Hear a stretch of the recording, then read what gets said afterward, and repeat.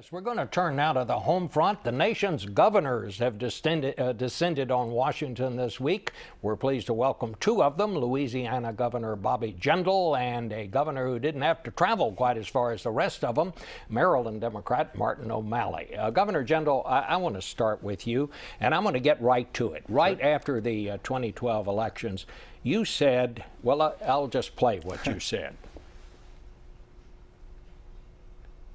We've got to stop being the stupid party. And I'm serious. It's time for a new Republican Party that talks like adults. It's time for us to articulate our plans and our visions for America in real terms. You said we've got to stop being the stupid party. Well, how's that going? And that's exactly right. That was an RNC audience, and you could tell there was some nervous laughter when I said that. Look, I've got an op-ed coming out tomorrow. As a party, we can't just be the party of no. As a party, we've got good solutions. We're going to be meeting with the president. One of the things I want to share with him is that this president, this administration has a chance to be laser focused on job creation. We're not doing that. You know, this president feels like he can act unilaterally. He feels like with the pen and the phone, he can make decisions without Congress. I don't necessarily agree with that, but if he's going to make those decisions, why doesn't he do things? For example, let's increase domestic production of energy, creating hundreds of thousands of good-paying jobs. Why not delay all of the mandates in Obamacare, which has become such a job killer in our economy? We're at an historic, a 36-year low in terms of our labor force participation rate. The Republican Party should be the party of growth and opportunity. Why not approve the Keystone Pipeline today? At 5 years of studies, tens of thousands of jobs, the Obama administration's own folks have said, no, this is not going to do damage to the environment if we approve it versus rejecting it. There are specific things the president can do to create jobs. The Republican Party needs to be all about growth, opportunity, creating good paying private sector jobs. We are now in the middle of one of the weakest recoveries since World War II. My party needs to be the party that says we've got real solutions on education. Let's be for school choice. Let's be for tenure reform. Let's say to the Democratic Party, stop being captive to the teacher unions. Let's give every child the chance to get a great education. What about immigration?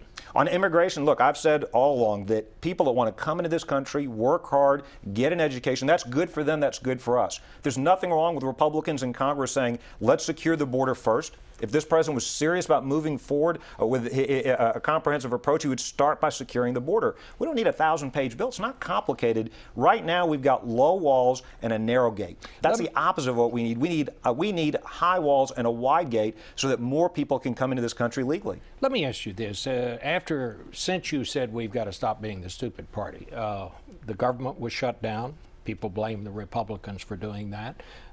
We've had Republicans undercutting their own leadership in both the House and the Senate.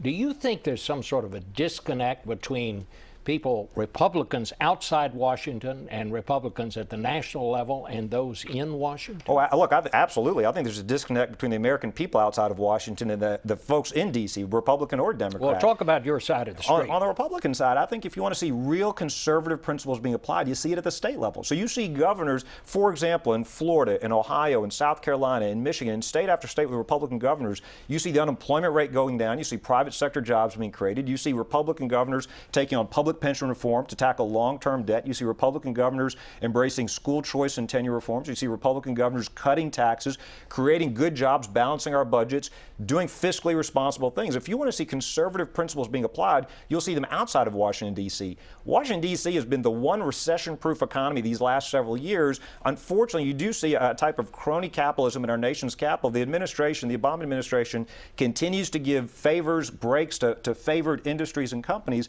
Out in the real world, you see Republican governors balancing their budgets and growing their economies. What do you think about Ted Cruz and the impact he's had on your party? Look, I think he's passionate. I'm not one that wants to engage in Republican fratricide. I don't think we need to beat each other up. I think that it's a good thing that there are Tea Party and other conservative members active in our party. Think about what he's trying to bring to the attention of the president and the leadership of Congress. Our debt was $9 trillion when the president took over. President Obama criticized President Bush. Now the debt's over $17 trillion. It's not projected, the budget's not projected to be balanced at any point over the next 10 years. Our children and grandchildren have to pay that debt back. At the state level, in Maryland and Louisiana and other states, we have balanced budget requirements in our constitutions. In Louisiana, you can't raise taxes without a supermajority. The budget can't grow faster than the private sector economy. I think it's right that folks in D.C. need to stand up and say, we can't just keep spending more money than we're taking in.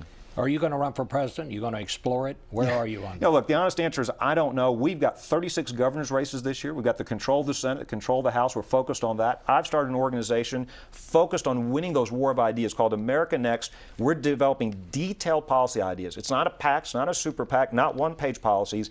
Detailed policy ideas on how do you replace Obamacare? What's an energy plan for the country? What's an education plan so every child gets a great education? Governor, it's a pleasure to have you here today. Good luck while you're here, and I'll be interested to see what you do say to the president and how that comes out when you all meet with him. Thank you, Bob. so Thank much. you for having me.